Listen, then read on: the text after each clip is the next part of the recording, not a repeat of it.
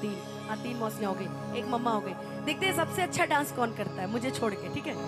ए राजा जी ठुमका लगा था मौसी ऐसे करके। हाँ बोला बोला। हाँ ए राजा जी, ए राजा जी, ए राजा जी ये करे हाँ जरूरत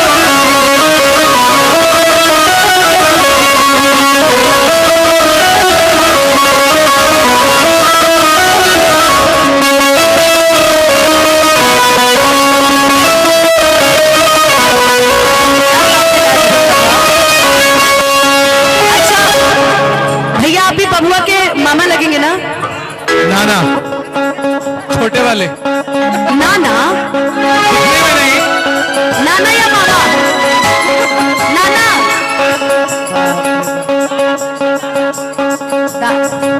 नाना नाना नाना माना। अच्छा ठीक है, जब हमरा दीदी के बबुआ होने वाला होते एगो गीत के भाव बड़ा सुंदर है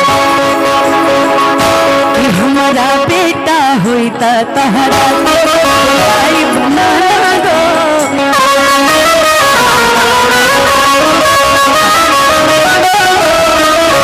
बुनाई बुनाना दो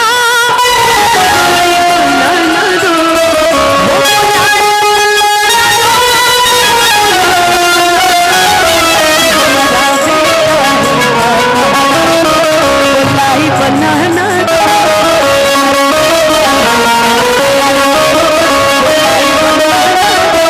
हमारा बेटा होता तहरा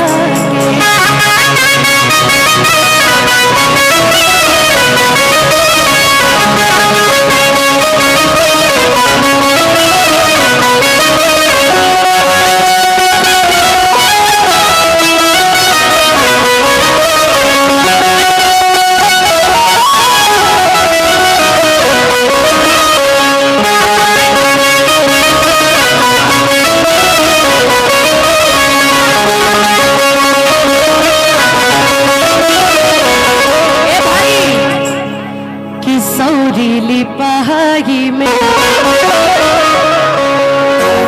जरा लाइट वाइट कर दीजिएगा, लाइट वाला कंगन देबो कि सौरीली पहाड़ी में कंगन देबो कि कंगन के धून पन जाइबो कंगन के धून परी परी इधर आओ ई कंगन के धून पाना जाइब नाना दो हमरा बेटा होइता तहरा के बनाई बनाना दो हमरा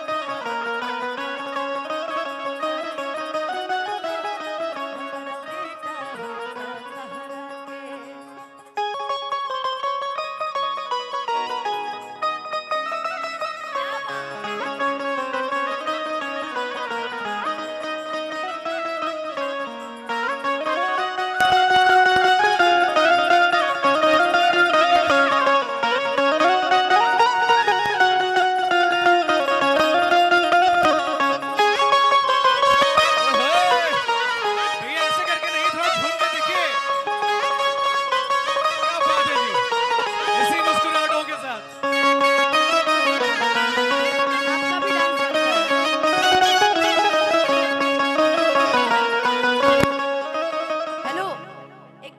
नाना जी को देख के मुझे एक गाना याद आया है, रुक जाओ भाई रुक जाओ। कि भूवर भूवर बाल रे भोर लगा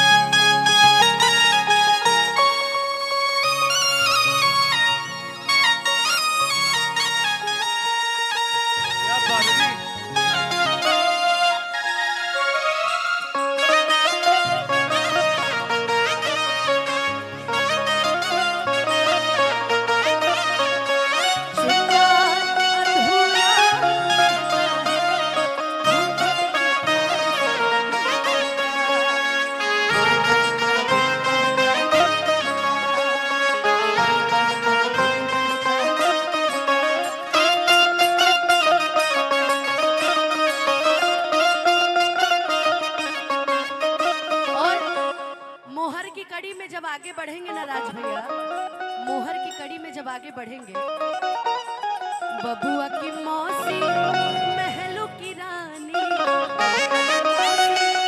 महलों की ए भाई रुको, कि बबुआ की सोनम मौसी तो महलों की रानी।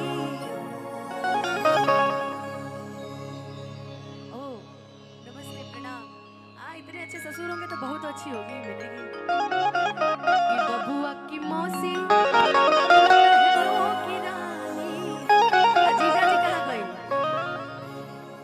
जीजा जी जाओ सफा कंजूसे हवन का जीजा हवे हमर जौन जीजा हवन कहाँ गइलन?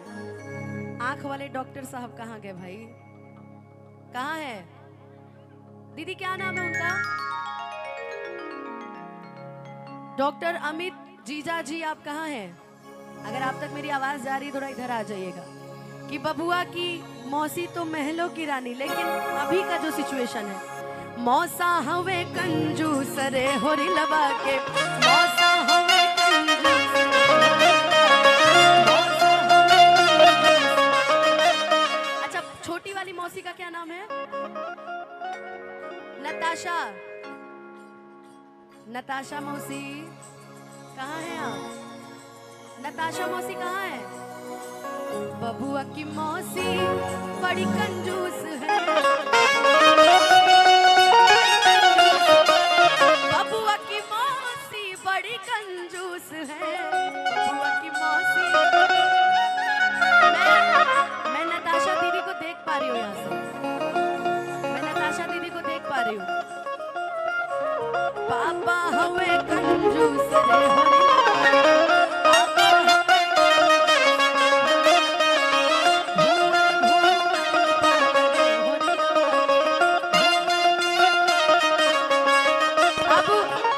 अब राज भैया कहाँ गए? अब राज भैया के लिए कहना है, बबुआ के छोटका नाना अरे महलों के राजा,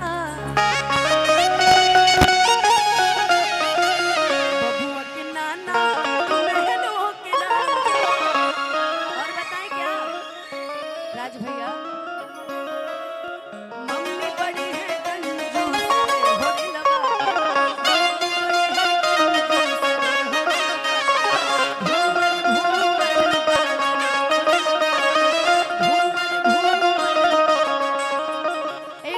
एक बड़ी छोटी सी फरमाइश थी, मैं पूरी कर दूंगा। ये जो नताशा दीदी ने कंजूसी आज दिखाई है, नहीं नहीं नहीं, देखिए सोहर बिना मोहर के नहीं होता। मुझे सबकी तरफ से मिल गया, नताशा दीदी की तरफ से नहीं मिला है, अन्ना जीजा जी की तरफ से मिला है।